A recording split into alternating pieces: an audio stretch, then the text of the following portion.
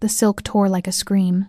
Alara didn't even have time to gasp before the sound of ripping fabric filled the stone corridor, echoing off the ancient walls of Silvercrest Manor. Cold air hit her bare shoulder, then her back, then her ribs. She stumbled forward, catching herself against the rough stone wall as laughter, sharp, cruel, delighted, rang out behind her. "Oops," Morgana said, her voice dripping with false sweetness. "How clumsy of me." Alara's hands shook as she clutched the remnants of her dress to her chest. The pale blue gown, the only halfway decent thing she owned, painstakingly mended over 3 sleepless nights, now hung in tatters around her shoulders. The bodice gaped open. The skirt had split along the seam from hip to hem. She couldn't go out there like this. The Luna selection ceremony was happening right now, just beyond the massive oak doors at the end of the hallway. Every unmated she-wolf in the Northern Territories had been summoned to Silvercrest Manor for tonight's ritual, the night when Alpha King Kale Thornwolf would choose his mate from among the gathered females. Every she-wolf except Alara wasn't actually a she-wolf at all. She was human, ordinary, powerless, and she had no idea why the summons had included her name. "What's wrong, little sister?" Vivienne purred, stepping closer. Her crimson gown, velvet, imported, worth more than Alara had seen in her entire life, swished elegantly as she moved. "Not going to join the ceremony?" Alara's stepsisters had waited until this exact moment. Until she was dressed, her dark hair braided with wildflowers she'd gathered herself, her heart hammering with equal parts terror and impossible hope. They'd waited until she was walking toward the ceremony hall. Then they'd struck. Morgana's wolf claws had done the work. One swipe, calculated and vicious. The dress hadn't stood a chance. "Father will be so disappointed," Morgana added, inspecting her nails with exaggerated boredom. Red polish gleamed in the torchlight. "When you don't show up, when you embarrass our family name." "I didn't ask to be summoned," Alara whispered, hating how small her voice sounded. "No," Vivienne agreed, her smile razor-sharp. "But you were. And isn't that just fascinating?" The unspoken question hung heavy between them. Why would the Alpha King's summoning magic call a human girl? Alara didn't have an answer. She'd wondered the same thing for 3 weeks, ever since the royal courier had appeared at her stepfather's estate with a scroll bearing her name in silver ink. Her stepfather, Lord Garrett, a minor pack beta, had nearly fainted. Her stepmother had looked like she'd swallowed poison. Her stepsisters had smiled. They'd been planning this moment ever since. "Enjoy the hallway," Morgana said cheerfully, linking arms with Vivienne. "We have an Alpha King to impress." They swept away in a cloud of expensive perfume and swishing skirts, leaving Alara alone in the corridor with her ruined dress and burning eyes. She wouldn't cry. She wouldn't. The doors to the ceremony hall were 30 feet away. She could hear music drifting through, haunting, primal, layered with harmonies that made something in her chest ache with longing she didn't understand. She could smell pine smoke and night-blooming jasmine, the sense of the ritual. She couldn't go in there. Not like this. But she couldn't go home, either. The summons had been a royal command. Failure to appear was an insult to the Alpha King himself. Alara pressed her forehead against the cold stone wall and tried to think. Maybe there was a servant's entrance. Maybe she could slip away before anyone noticed, claim illness, invent some excuse. "Are you planning to attend?" a voice said from behind her, low and rough and impossibly close. "Or are you waiting for the ceremony to come to you?" Alara spun around so fast she nearly tripped over her destroyed skirt. A man stood in the corridor. No, not a man. Something more. Something that made every instinct in her body scream, both run and stay in the same desperate breath. He was tall, broad-shouldered, dressed in black that seemed to swallow the torchlight. Dark hair fell across his forehead, just touching sharp cheekbones. His eyes were amber, not brown, not gold, but true burning amber, like a wolf's eyes caught in firelight. They were fixed on her with an intensity that stole the air from her lungs. Alara's voice failed. She clutched her ruined dress tighter. "I can't." Those amber eyes dropped to the torn fabric in her hands. Something dangerous flickered across his face there, and gone too quickly to name. "Who did this?" His voice was softer now, careful, like he was trying very hard to control something violent beneath the surface. "It doesn't matter." "It matters." The certainty in those 2 words made her shiver, made her stepsister's laughter feel suddenly very far away. Without another word, the stranger reached up and unfastened the cloak from his shoulders. It was heavy, lined with fur, deep midnight blue so dark it was almost black.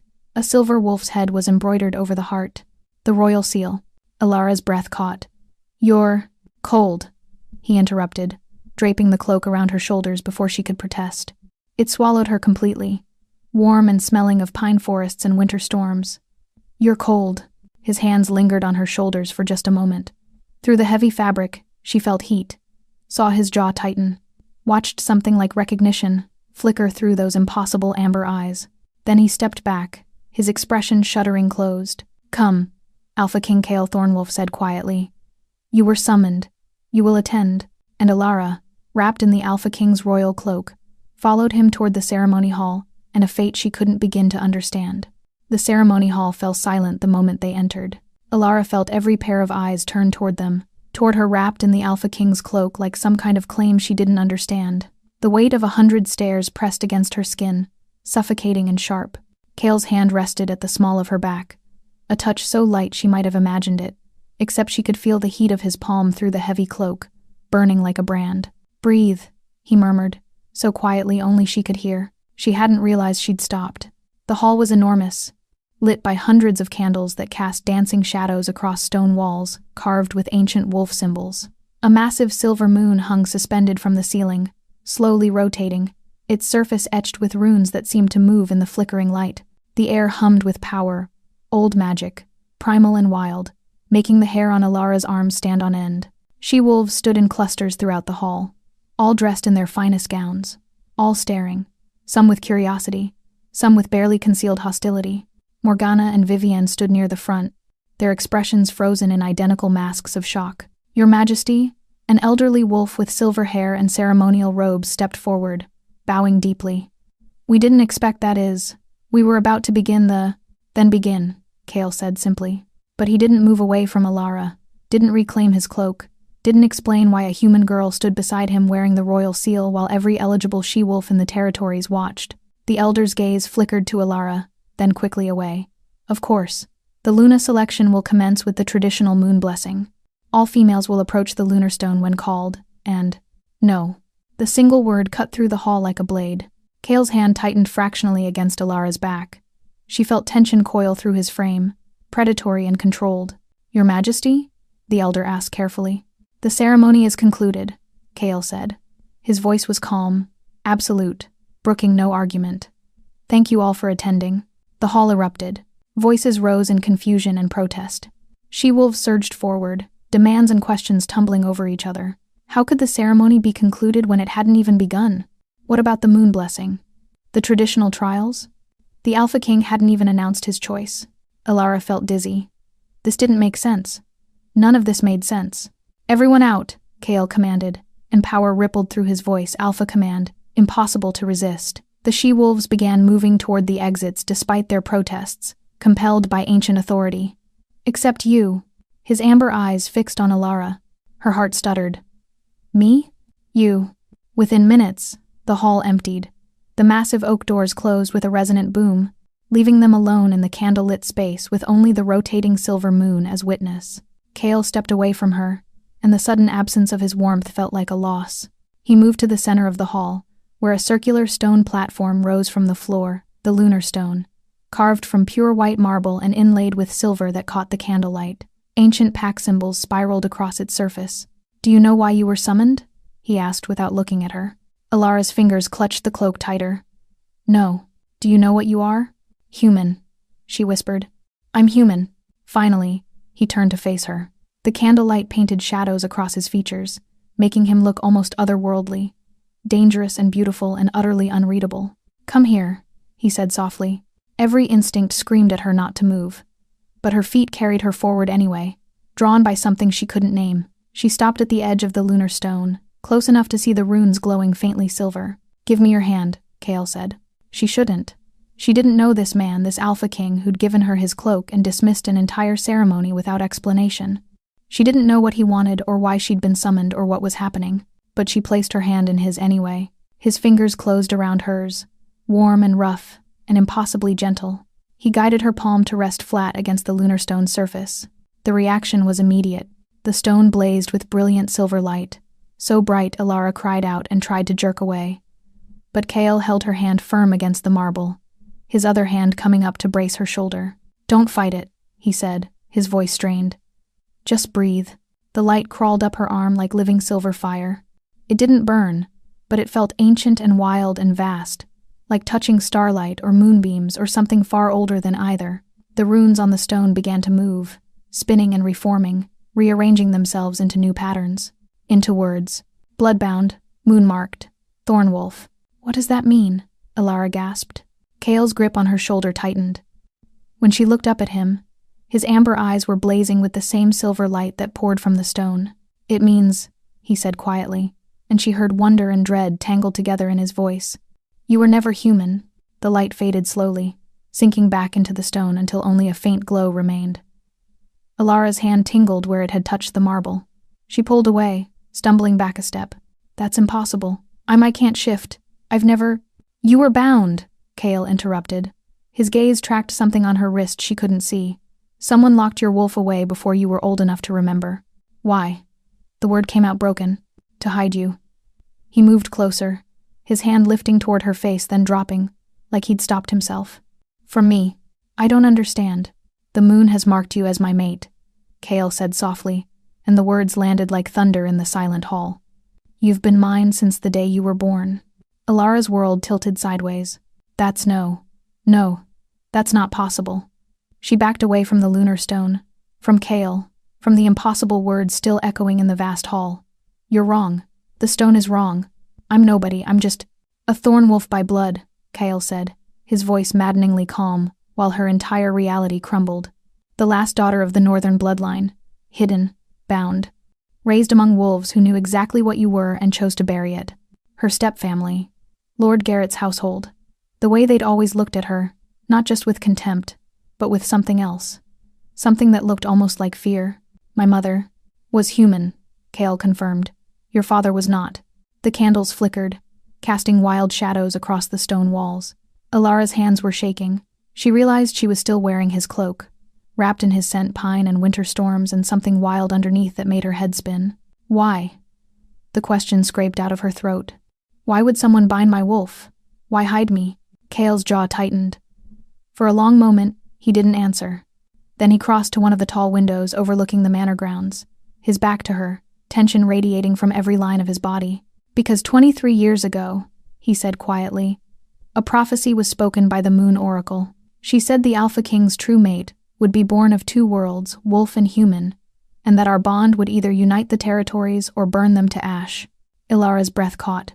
The old pack leaders didn't want to risk it, Kale continued. They feared a half-blood Luna would weaken the throne, weaken me, so they made sure I would never find you. He turned back to face her, and the raw anger in his amber eyes made her take an involuntary step back. They killed your father when you were 2 years old, made it look like a rogue attack. Then they bound your wolf and placed you with a beta family loyal to their cause, where you would live and die as human, and I would never know what had been stolen from me. The words hung in the air like smoke, choking and thick. You're saying my stepfather has been your jailer since you were a child, Kale finished. Yes. Suddenly, everything made terrible sense. The way Lord Garrett never looked directly at her, the way her stepmother kept her isolated, forbidden from attending pack gatherings, the way Morgana and Vivienne treated her like something contaminated. They'd known. They'd all known. Then why summon me now? Alara demanded, anger finally burning through the shock. Why tonight? Why the Luna selection, if you already knew? I didn't know. The admission came out rough, almost pained. The binding was thorough. It hid you from mate sense, from pack bonds, from everything. I spent 20 years searching every territory for a mate I couldn't find, couldn't feel. He moved closer, and she saw something raw flash across his features. Until 3 weeks ago, when the binding began to crack. What changed? You turned 23, Kale said softly. The same age your father was when he met your mother. The same age the prophecy specified. Powerful bindings often break at significant moments, birthdays, full moons, times of emotional extremity. Alara's birthday had been unremarkable. She'd spent it alone in her room, mending clothes, and trying not to think about the fact that another year had passed in her half-life of servitude. But that night, she dreamed of wolves, silver wolves running through moonlit forests, amber eyes watching her from the darkness, a voice calling her name in a language she didn't recognize but somehow understood. She'd woken with tears on her face, and the inexplicable certainty that something fundamental had shifted. I felt you, Kale said, and his voice dropped to barely above a whisper. For the first time in my life, I felt my mate's presence, Faint, distant, but there, like finding the first star after endless darkness. He stopped an arm's length away, close enough that she could see gold flecks in his amber eyes. I sent out the summons immediately, called every unmated female in the territories, knowing you would be among them, knowing whoever had hidden you would have no choice but to let you attend or risk exposing themselves. They tried to stop me anyway, Alara said, remembering her stepsister's cruelty in the hallway. The destroyed dress, the calculated humiliation. Something dangerous crossed Kale's expression. Yes, they did. What happens now? The question came out smaller than she intended. Kale studied her face like he was memorizing every detail. Now we break the binding completely, restore your wolf, and deal with the pack leaders who thought they could defy fate itself. And if I don't want this? The words escaped before she could stop them. If I don't want to be your mate or a Luna or part of some ancient prophecy? Pain flickered through his eyes, quickly masked. Then you walk away. The choice is yours, Alara. It has always been yours. Fate may have marked us, but I won't claim you against your will. The sincerity in his voice undid something in her chest.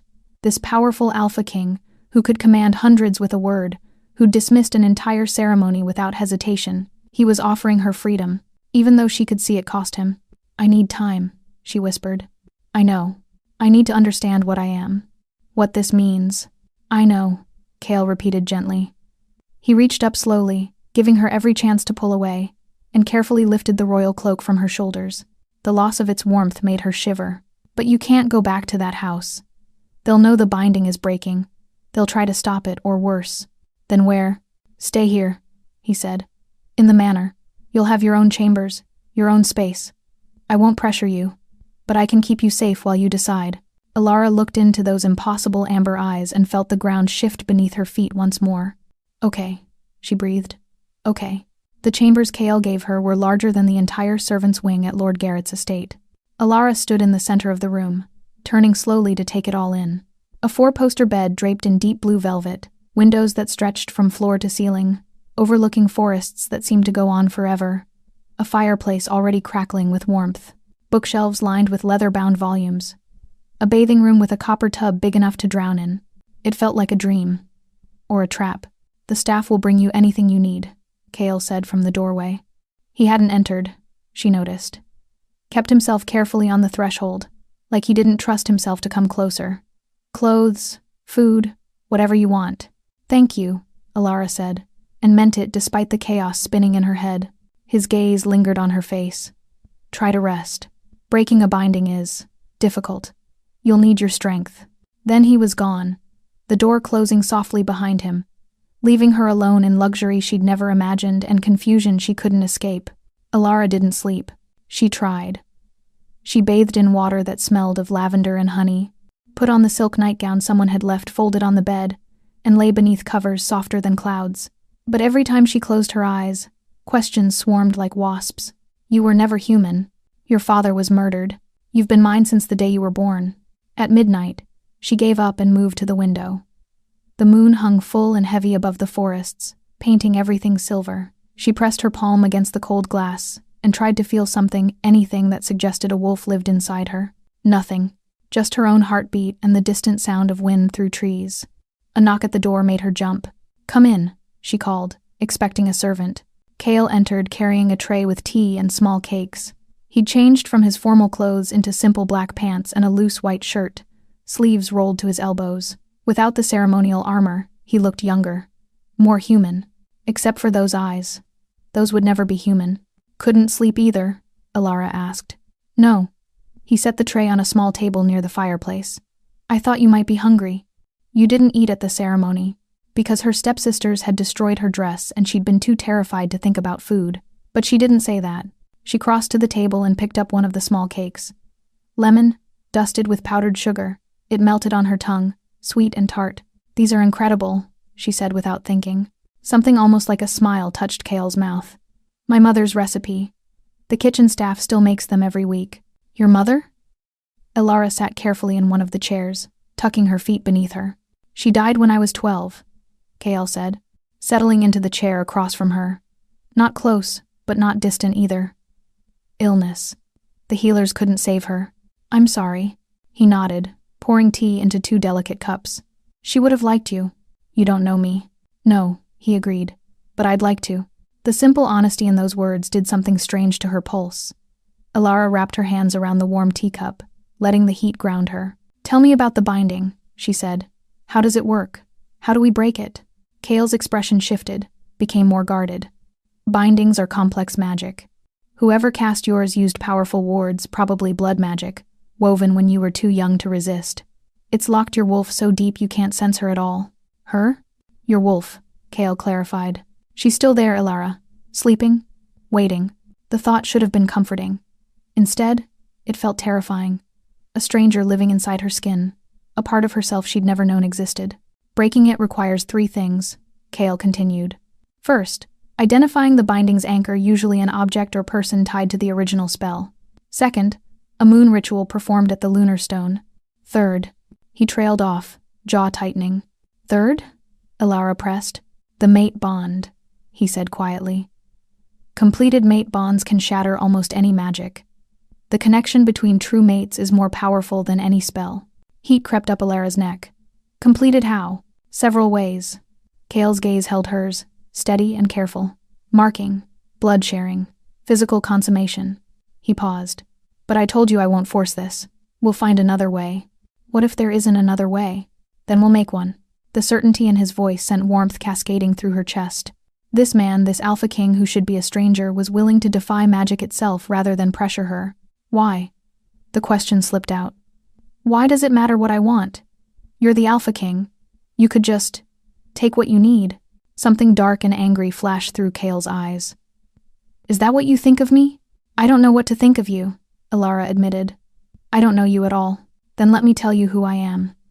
He leaned forward, elbows on his knees, and the firelight caught in his dark hair. I am the wolf who has been incomplete his entire life, who felt like half a person, searching for something I couldn't name. I am the alpha who takes his responsibility to his pack seriously, too seriously, some say.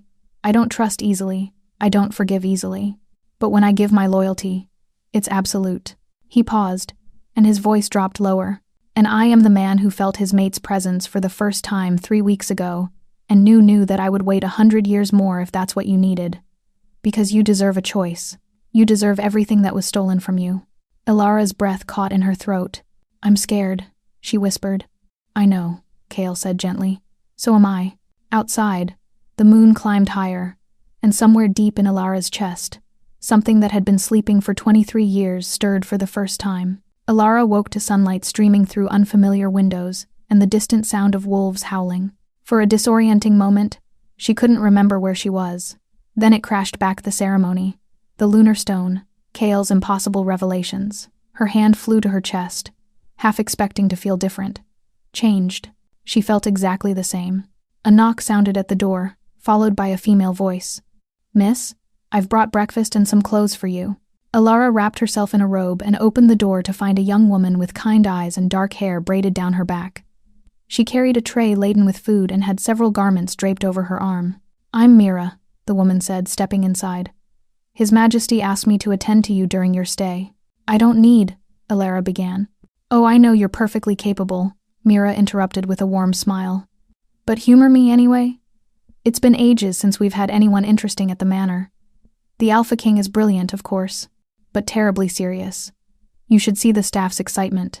They're already placing bets on how long before the official bonding ceremony. Heat flooded Alara's cheeks. There's no... Of course not, Mira agreed, her eyes twinkling with mischief. That's why he spent 3 hours last night pacing outside your door like a lovesick puppy, before finally going to his own chambers. He did not. He absolutely did. Marcus, he's one of the guards, said he's never seen the Alpha so rattled. It's quite adorable, actually. Alara didn't know what to do with that information. She busied herself examining the clothes Mira had brought, simple but well-made dresses in deep greens and blues, riding pants, soft sweaters, real clothes, not the threadbare servant's garments she'd worn at Lord Garrett's estate. His Majesty requests your presence in the library after breakfast, Mira said, setting the tray on the table. If you're comfortable with that, of course. He was very specific that I emphasize the if you're comfortable part. Despite everything, Alara felt her lips curve into a small smile. The library was a cathedral of books. Alara stood in the doorway, breathless. Shelves stretched 3 stories high, connected by spiral staircases and narrow walkways. Sunlight poured through stained glass windows, painting everything in jewel tones. The scent of old paper and leather and something herbal sage maybe filled the air. "I thought you might like it here." Cale's voice came from somewhere among the shelves. She found him in a corner alcove, surrounded by open books and scattered papers. He'd been researching, she realized, searching for answers about the binding. "It's beautiful," Alara said honestly. He looked up, and something in his expression softened when he saw her. "You look rested." "I look like I borrowed someone else's clothes and have no idea what I'm doing," she corrected. "That too," he agreed, and there was the ghost of that almost smile again. "Come, I want to show you something." He led her deeper into the library, to a section that looked older than the rest. The books here were ancient, their spines cracked and faded. Cale pulled down a massive leather-bound volume and opened it carefully. "The History of the Northern Bloodlines," he said, turning pages until he found what he was looking for. "This is your father." Alara stared at the illustration, a man with dark hair and gentle eyes, standing beside a massive silver wolf. The name beneath read, Damien Thornwolf, 2nd of the Northern House, Keeper of the Moon's Memory. "He looks kind," she whispered. He was. Cale's voice was quiet. "I was only 7 when he died, but I remember him. He used to bring me sweets from the human markets and tell me stories about the old magic. He said the barrier between our world and the human world was thinner than most wolves believed. That love could bridge any divide. He married my mother. Yes, it caused a scandal, but your father didn't care. He said she was his heart, wolf or no wolf." Cale turned another page, showing a painted scene of a wedding. "The old guard never forgave him for it. Or you." Alara traced the image with her finger, trying to feel some connection to these strangers who'd given her life. "What was her name? My mother?" "Sarah Chen. She was a doctor in the human town bordering our territory. Your father was injured during a border dispute, nothing serious, but enough that he needed medical attention. She found him in the woods, half-shifted and bleeding. Instead of running, she bandaged him up and told him he was the most ridiculous patient she'd ever had. Despite everything," Alara laughed. It sounded strange in the quiet library, but Cale's expression warmed at the sound. "They fell in love quickly," he continued. "Married within 6 months. You were born a year later. I remember the celebration the whole pack gathered, and your father was so happy. He kept saying he had the most perfect daughter in all the territories." Tears pricked Alara's eyes. "What happened to my mother? After he died?" Cale's expression shuddered. "She was human in a wolf's world, alone with a half-blood child the pack leaders feared. They gave her a choice. Let them bind your wolf and place you with a suitable family, or face exile from the territories with no protection, no resources, and enemies who would hunt you both. She gave me up," Alara said numbly. "She saved you," Cale corrected fiercely. "She made an impossible choice so you would survive. And then..." He stopped, jaw clenching. "Then, she disappeared, left the territories and never came back. I've had people searching for years. No trace." The grief hit unexpectedly for parents she'd never known. A mother who might still be alive somewhere. A father murdered for loving across battle lines. "Hey," Cale said softly. Suddenly he was closer, his hand hovering near her shoulder. "Breathe." "I can't, there's too much." I know. His hand finally settled on her shoulder, warm and grounding. "But you're not alone anymore. I promise you that." Alara looked up into his amber eyes and felt something shift. Not the mate bond, not yet, but something simpler. Trust, maybe, or the beginning of it. "Show me more," she said. "I want to know everything." They spent 3 days in the library. 3 days of Cale teaching her wolf history, pack laws, the intricate politics that governed the territories. 3 days of discovering that she loved learning, that her mind was sharp when given the chance to be. 3 days of stolen glances and careful distance and attention that built like gathering storm clouds. On the 4th morning, everything changed. Alara woke before dawn with pain lancing through her skull. Not a headache, something deeper, like her bones were trying to rearrange themselves from the inside out. She stumbled from bed, gasping, and barely made it to the floor before her legs gave out. The world tilted, blurred. Her vision fractured into strange double images, the room as it was, and something else. Something wild. She could smell everything. Mira's lavender soap from 3 rooms away, the horses in the stables outside, rain coming from miles off, and underneath it all, pine and winter storms and Cale. His scent was everywhere, drowning her, calling to something that suddenly wanted to answer. She didn't remember screaming, but suddenly Mira was there. And then other servants. And then Kale burst through the door like a force of nature, his eyes blazing amber bright. "Everyone out," he commanded. "Now." The room emptied in seconds.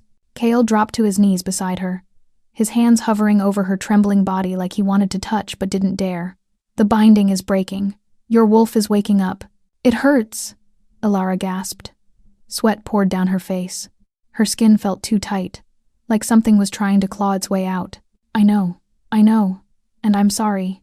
His voice was raw with helplessness. "We need to get you to the lunar stone.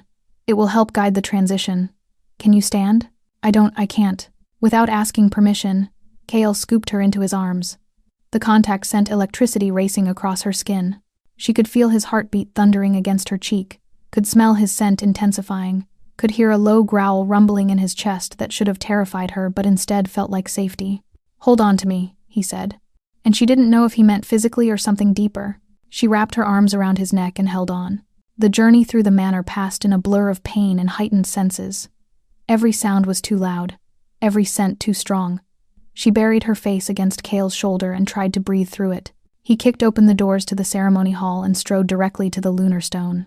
Dawnlight was just beginning to filter through the windows, painting everything in shades of pink and gold. "I need to put you down," Kale said gently. "The stone has to touch your skin." Alara's fingers clutched at his shirt. "Don't leave." "Never," he promised. And the word sounded like a vow. He lowered her carefully onto the lunar stone. The moment her skin touched marble, silver light exploded through the hall. Brighter than before, wilder. The runes on the stone blazed to life, spinning faster and faster. And then she felt it, a presence in her mind, ancient, powerful, furious at being caged for so long. "Sister?" Something whispered in her thoughts. Finally. "My wolf," Alara gasped. "Yes," Kale said. He was still beside her, one hand braced on the stone near her head. "Let her in, don't fight it." But Alara was scared. This thing inside her felt huge, primal, nothing like her careful, quiet human self. What if she let it in and disappeared? What if she became something she didn't recognize? "Alara." Kale's hand cupped her face, forcing her to meet his eyes. "You won't lose yourself. The wolf isn't separate from you, she's been you all along.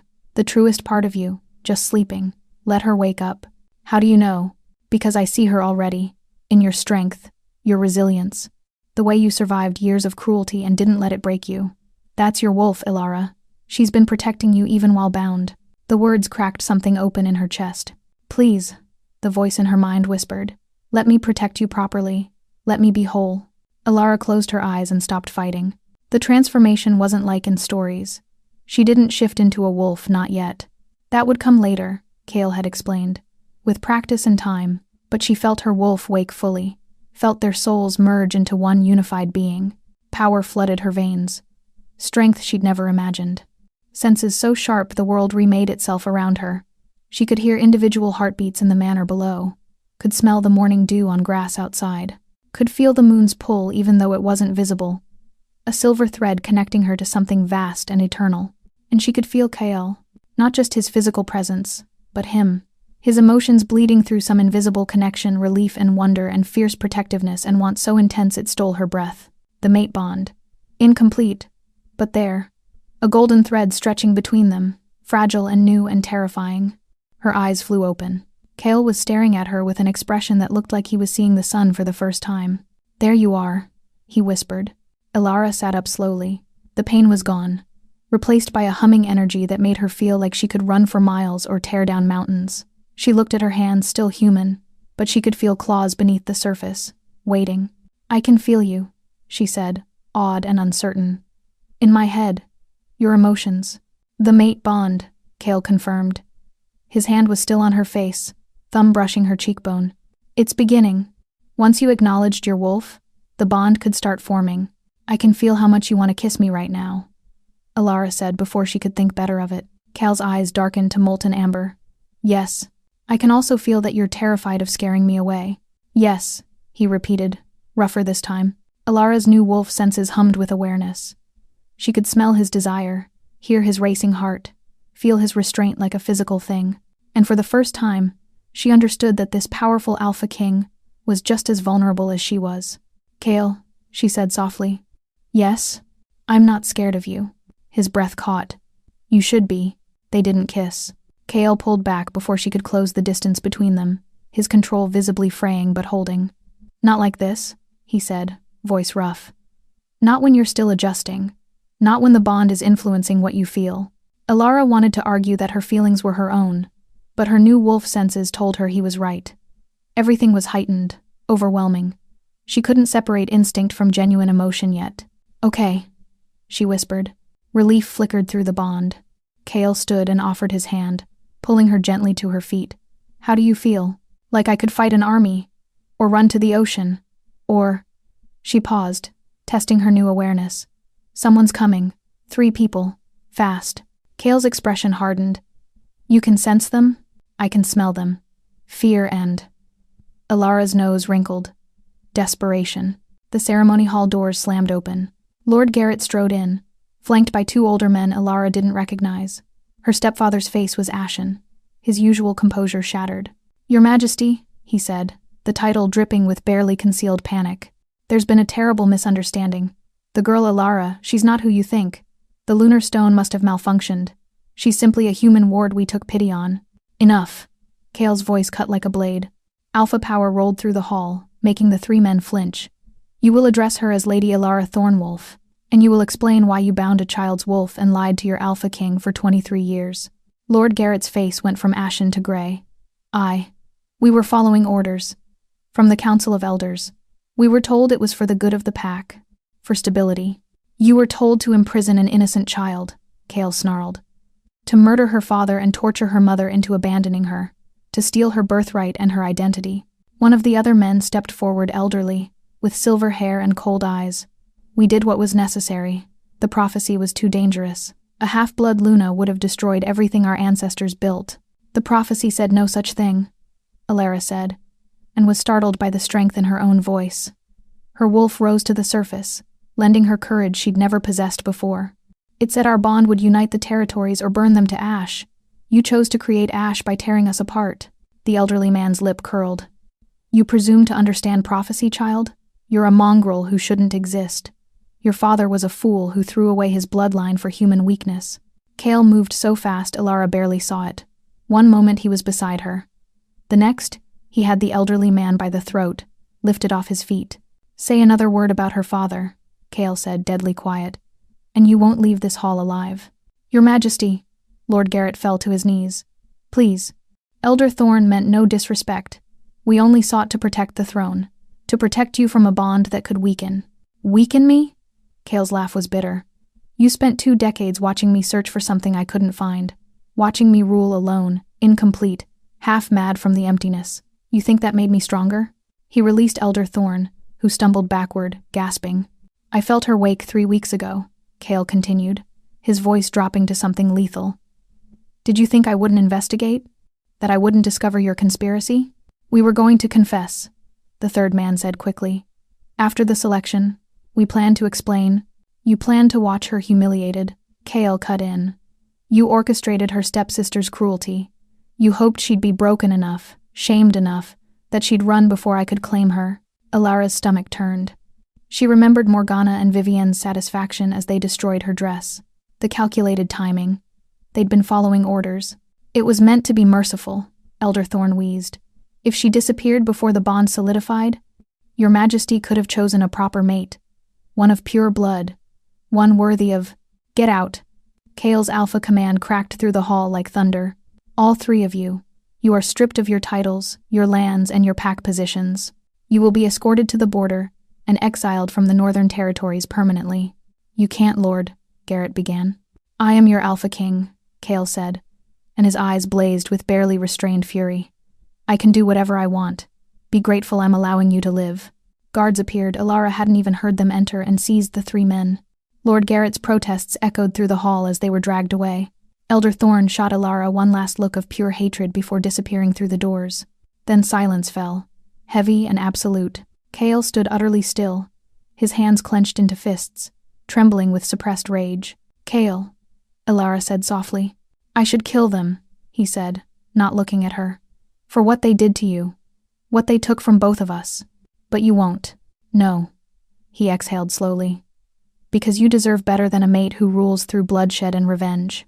Alara crossed to him, hesitant but drawn by the pain bleeding through their bond. She placed her hand carefully on his arm. The contact made them both inhale sharply. They spent 23 years trying to keep us apart, she said. Don't let them steal one more moment. Cale turned to face her finally, and the raw vulnerability in his eyes nearly undid her. I don't know how to do this, he admitted. How to be what you need. I've been alone so long I've forgotten how to be anything else. Then we'll figure it out together, Alara said. Neither of us knows what we're doing, but maybe that's okay. Through the bond, she felt his walls crack just a little, felt hope kindle beneath the anger and pain. Together, he repeated, like he was tasting the word for the first time. Together, she confirmed. Outside, storm clouds gathered on the horizon, and in the distance, something howled, not in greeting, but in warning. The attack came at nightfall. Alara was in her chambers, attempting to read while her wolf paced restlessly beneath her skin. When every instinct she possessed suddenly screamed danger, she bolted to her feet just as Cale burst through the door, already half-shifted. His eyes blazed amber, canines elongated, claws extending from human hands. Rogues, he snarled. At least 20. They breached the eastern perimeter. How? Someone let them in. His gaze locked with hers, and she felt his fear spike through the bond, not for himself, but for her. They're coming for you. Before she could process that, an explosion rocked the manor. Glass shattered somewhere below. Screams echoed through the halls. Stay here, Cale commanded. Lock the door. Don't open it for anyone but me. You can't fight 20 wolves alone. I'm not alone. I have guards, warriors. Another explosion cut him off. He cursed violently. They're using fire charges, trying to flush us out. Smoke was already beginning to seep under the door. Alara's new senses detected the acrid chemical smell. Detected something else, too. Wrongness. These weren't ordinary rogues. Their scent was corrupted, twisted by something unnatural. Blood magic, she said, the knowledge rising from her newly awakened wolf. They've been enhanced. Cale's expression turned grim. Elder Thorn, he must have had contingency plans. You exiled him hours ago. How could he organize this so fast? Because he's been planning it for weeks, Cale said bitterly. Since the moment I sent out the selection summons. He knew if I found you, his conspiracy would unravel. A howl split the night closer now, just outside the manor, answered by a dozen more. The sound raised every hair on Alara's body. We need to run, Kyle decided. Get you somewhere safe while I deal with... No. Alara's wolf rose to the surface, lending her a confidence that felt both foreign and completely natural. I'm not running anymore. I spent 23 years hiding. I'm done. You can't fight. You haven't even shifted yet. Then teach me. Right now. Cale stared at her like she'd lost her mind. Alara, first shifts take hours, sometimes days. The pain alone. The bond, she interrupted, an idea forming. You said completed mate bonds can shatter magic. Can they also transfer knowledge? Strength? Understanding flickered across his face, followed immediately by resistance. Yes, but that requires a blood exchange.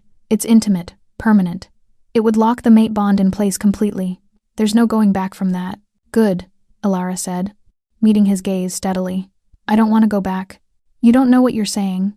I know exactly what I'm saying. She closed the distance between them, placing her hand over his racing heart. Those wolves are here to kill me because of what I represent, because our bond threatens their power. I won't let them win by cowering while you fight alone. Through the bond, she felt his conflict, the desperate need to protect her warring with respect for her choice, with the primal urge to accept what she was offering. If we do this, he said roughly, there's no undoing it. You'll be mine. I'll be yours. Forever. I'm already yours, Alara said softly. Fate decided that before either of us were born. This is just making it official. A crash from downstairs. The sound of claws on marble. Snarling. They were running out of time. Cale pulled a knife from his belt, silver, gleaming in the firelight. Your hand, he said. Alara extended her palm without hesitation. The blade cut quick and clean. Blood welled, bright red against her skin.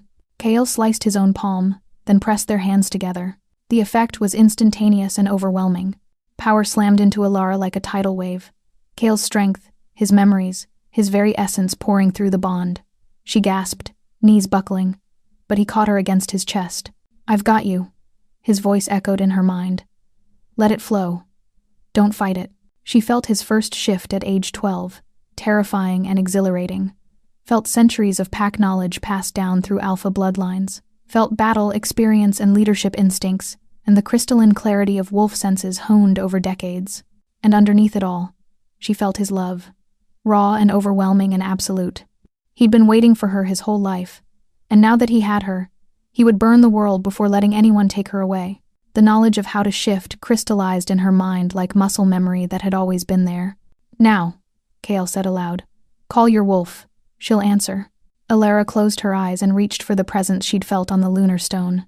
Sister, I need you. Finally, her wolf responded with fierce joy. Let's hunt. The shift hurt less than she'd expected, or maybe Kale's strength was buffering the pain through their bond. Either way, her body knew what to do. Bones realigned, muscles reformed, dark fur rippled across her skin. When she opened her eyes, the world had transformed. Colors muted, but scents and sounds amplified 1,000-fold. She stood on 4 legs, smaller than Kale would be in wolf form, but sleek and powerful. She looked up to find Kale staring at her with something like reverence. You're beautiful, he sent through their bond.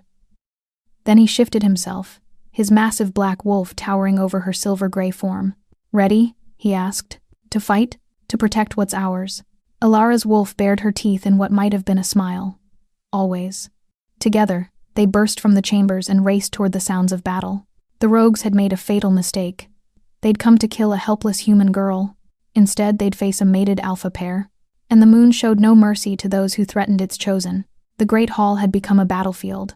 Alara and Kael descended the main staircase as wolves, their claws clicking against marble slick with blood. Below, Kale's warriors fought a desperate defense against rogues that moved with unnatural speed and strength. The corrupted wolves' eyes glowed sickly yellow, the unmistakable mark of blood magic enhancement. Stay close to me, Kale commanded through their bond. These aren't ordinary rogues. They won't hesitate, won't retreat. Neither will I, Alara replied. A massive gray rogue spotted them and charged up the stairs, jaws slavering. Kale moved to intercept, but Alara was faster. Her new instincts took over. She dropped low, letting the rogue's momentum carry it over her, then twisted and sank her teeth into its exposed throat. The kill was clean, efficient, horrifying. Her wolf felt only grim satisfaction. Good, Kale sent, pride warming through their bond. But don't take unnecessary risks. I can't lose you when I just found you. 3 more rogues converged on their position. Kyle took 2 with brutal efficiency while Alara grappled with the 3rd.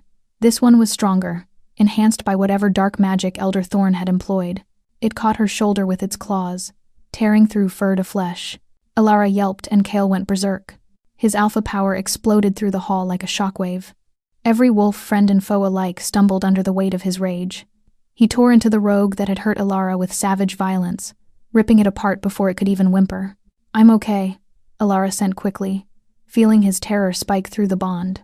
It's just a scratch. Nothing touches you, Kale snarled, his wolf mind barely coherent with protective fury. Nothing hurts you ever again. The mate bond pulsed between them, and Alara felt something shift. Their connection deepened, strengthened by shared combat and spilled blood. She could sense his position without looking, could anticipate his movements. They began fighting as a unit where he advanced. She flanked. Where she drew enemies in, he eliminated them. Together, they were devastating. But the rogues kept coming. They're not trying to win. Mira's voice cut through the chaos. The servant girl stood at the top of the servant's staircase, clutching a silver blade. They're buying time for something. She's right, Alara sent to Kale. This is a distraction. Kale's wolf mind sharpened with understanding. Elder Thorn. He's here somewhere, attempting something while we're occupied. The lunar stone? Alara realized with sudden clarity. If he can corrupt it with blood magic, she didn't need to finish. The lunar stone was the heart of pack magic in the Northern Territories. Corrupting it would poison the land itself, weaken every wolf bonded to it. Go, Kale commanded. I'll hold them here. Alone? There are too many. I'm the Alpha King. This is what I do. His wolf met her eyes across the blood-soaked hall. But I need you to stop whatever Thorn is planning. You're the only one who can reach the ceremony hall in time. Alara's wolf wanted to refuse, to stay and fight beside her mate. But she could feel through their bond that he was right. His warriors were rallying now, forming defensive positions. Kale could hold this hall. The lunar stone was vulnerable. Don't die, she sent fiercely. Not a chance. We have forever to start living. Alara bolted for the corridor, leading to the ceremony hall, leaving her mate to his battle. The ceremony hall doors hung open, torn from their hinges. Alara shifted back to human form as she entered. She'd need hands for whatever came next. Her new dress was shredded from the fight, blood streaking her arms and legs. The shoulder wound throbbed but was already beginning to heal, accelerated by Kale's alpha blood flowing through their mate bond. Elder Thorn stood at the lunar stone, surrounded by 5 robed figures chanting in an ancient language. Dark magic swirled around them like oil-slick smoke. The stone itself was cracking, silver light bleeding through the fractures, corrupting to sickly yellow. "Stop!" Alara shouted. Thorn's head snapped up, and his eyes widened in shock. "Impossible. You should be dead." "The rogues failed," Alara finished. She walked forward slowly, letting her wolf rise to the surface. Her eyes must have been glowing because Thorn took an involuntary step back. "Just like you've failed. Just like everyone who's tried to tear us apart has failed." "You stupid girl," Thorn spat. "You don't understand what you are, what you'll bring. The prophecy speaks of fire and ash. You'll destroy everything." "The prophecy speaks of choice," Alara corrected. She was close enough now to see the lunar stone clearly. The cracks were spreading, but the silver light still fought the corruption, still burned bright at the core. Unite or burn. We chose unity. You chose ash. You chose wrong. Thorn raised his hands, and dark magic coalesced around him. "I won't let a mongrel half-breed destroy centuries of pure bloodlines." He hurled the magic at her like a spear. Alara didn't dodge. She didn't need to.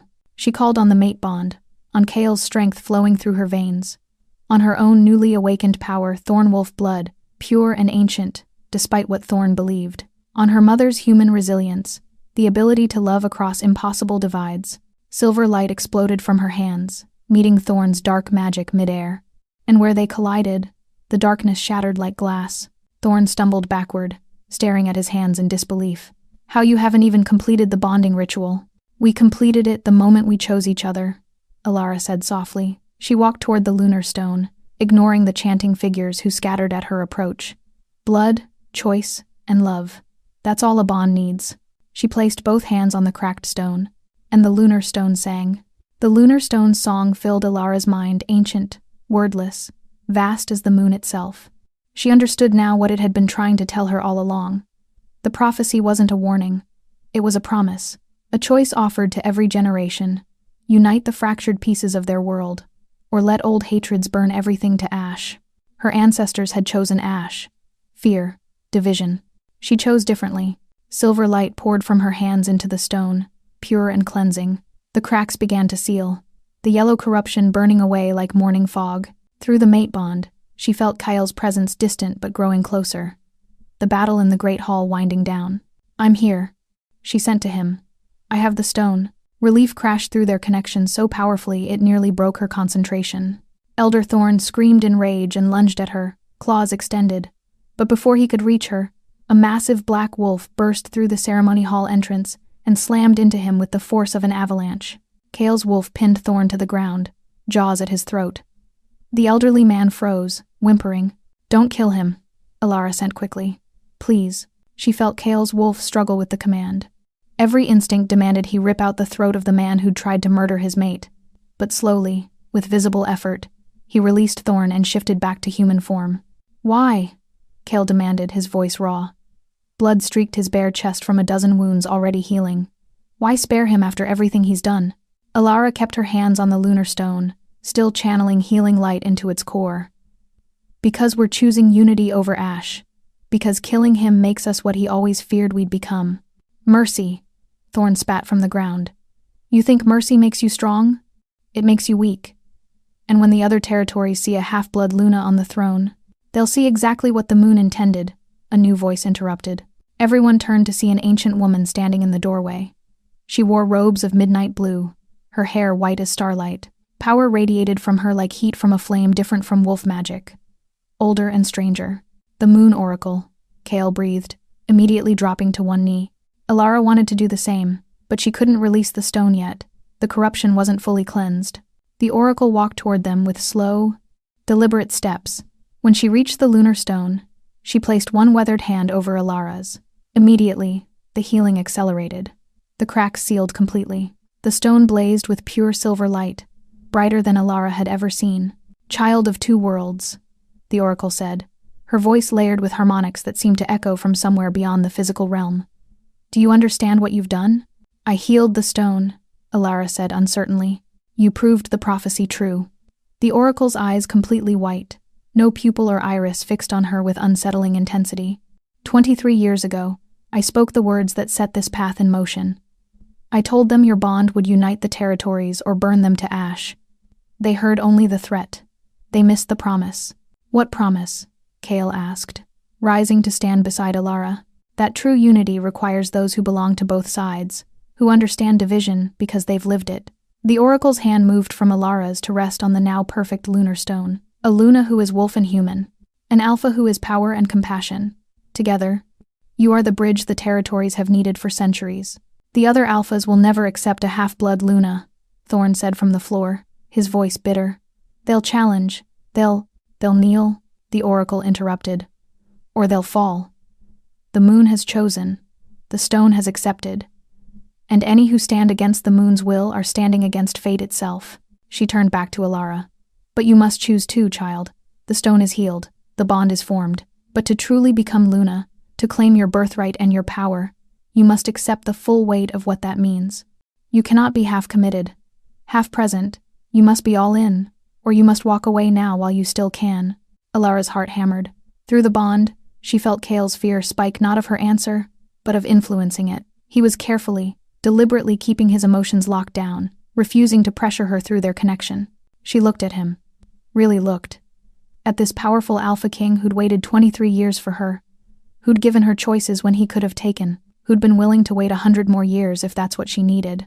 Then she looked at the lunar stone, blazing with silver light, at the power thrumming through her veins, at the potential spread before her not just as Kale's mate, but as something more, a leader, a bridge, a Luna who could change everything.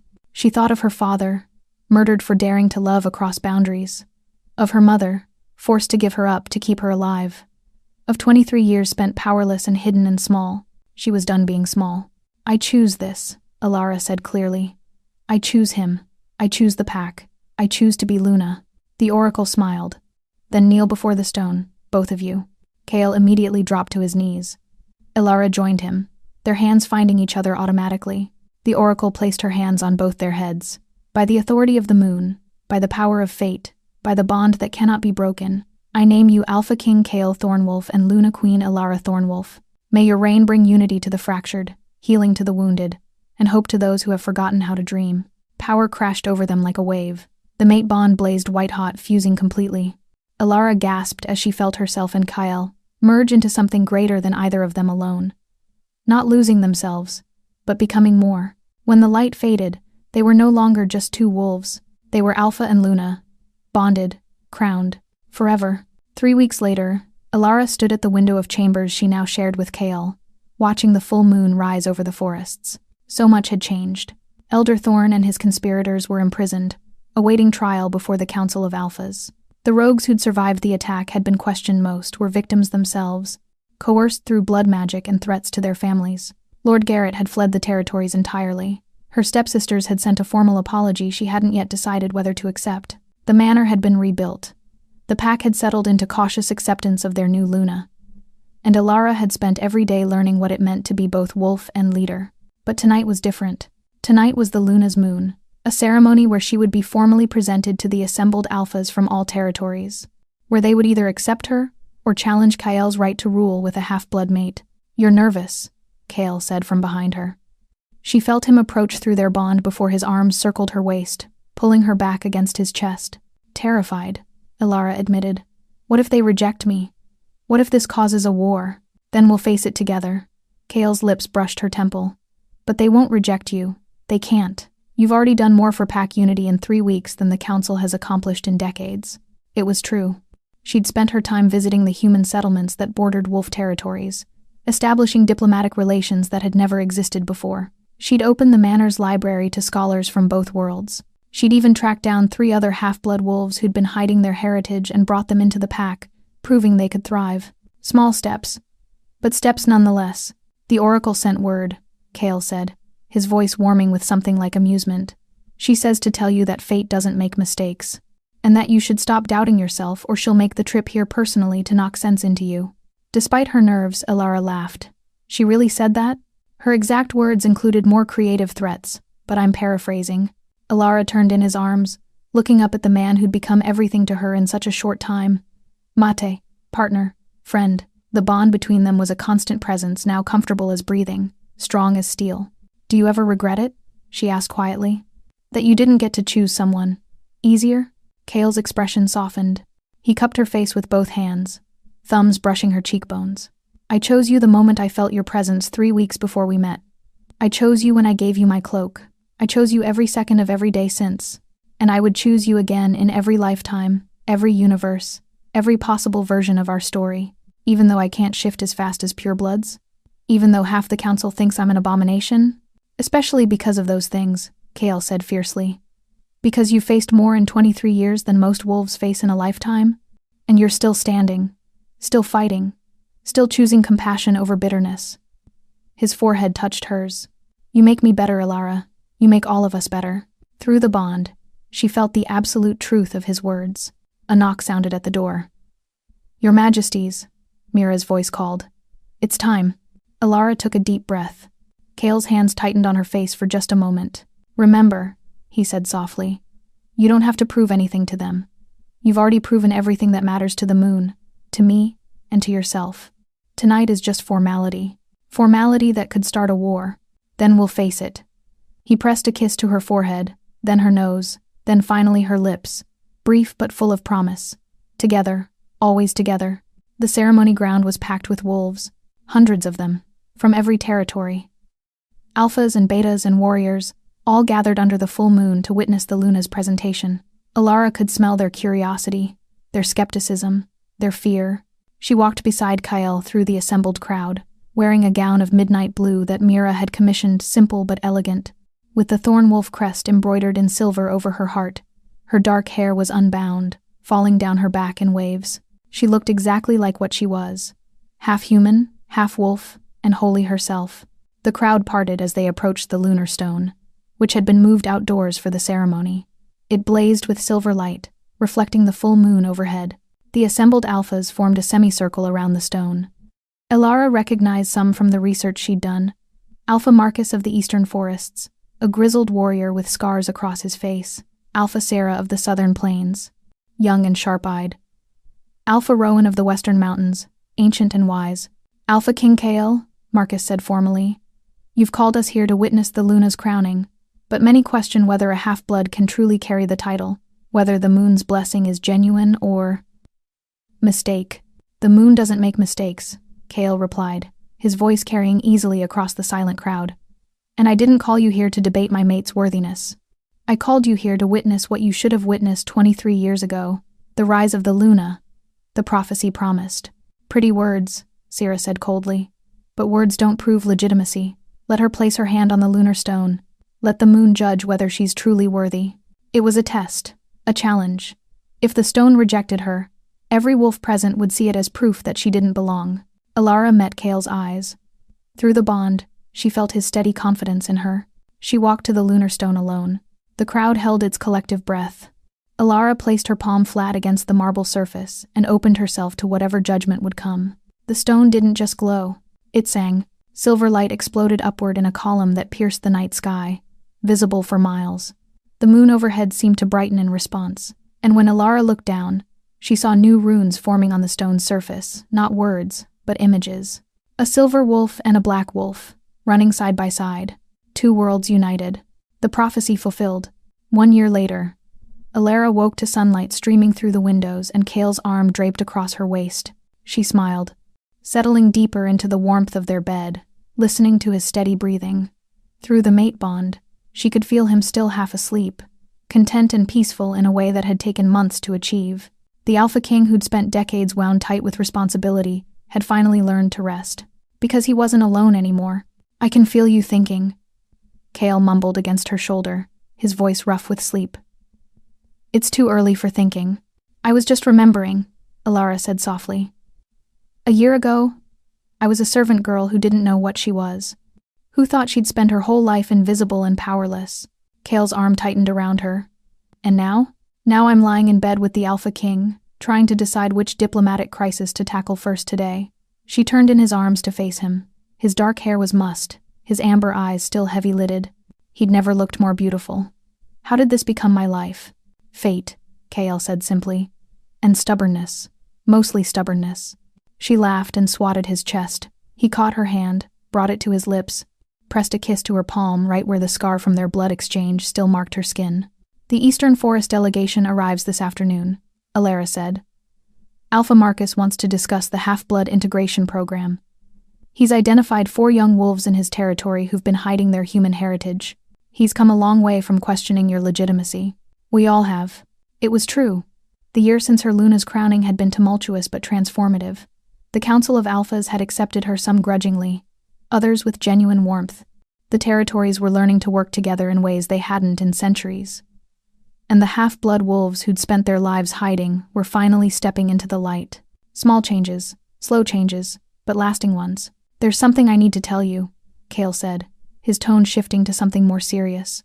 Alara's heart skipped. Through the bond, she felt his nervous excitement. What is it? We found her, he said softly. Your mother. The world tilted. Alara sat up so fast she nearly knocked Kale in the chin. What? Where? Is she alive? Alive and well. Living in a human city 3 territories south, working as a doctor. Kale sat up beside her, taking both her hands. She's been following news of the Northern Territories. When she heard about the new Luna, about you, she sent a letter to the manor. It arrived yesterday. Tears blurred Alara's vision. Why didn't you tell me immediately? Because I wanted you to be ready. Because I know how complicated this is. His thumbs traced circles on her hands. She wants to meet you. But only if you want to meet her. No pressure, no obligation. Alara's throat tightened with emotion. Her mother. The woman who'd given her up to save her life. Who'd disappeared rather than watch her daughter be raised by wolves who hated what she was. Who'd carried that sacrifice for 23 years. I want to meet her, Alara whispered. I need to. Kale pulled her into his arms, and she buried her face against his chest as the tears finally came.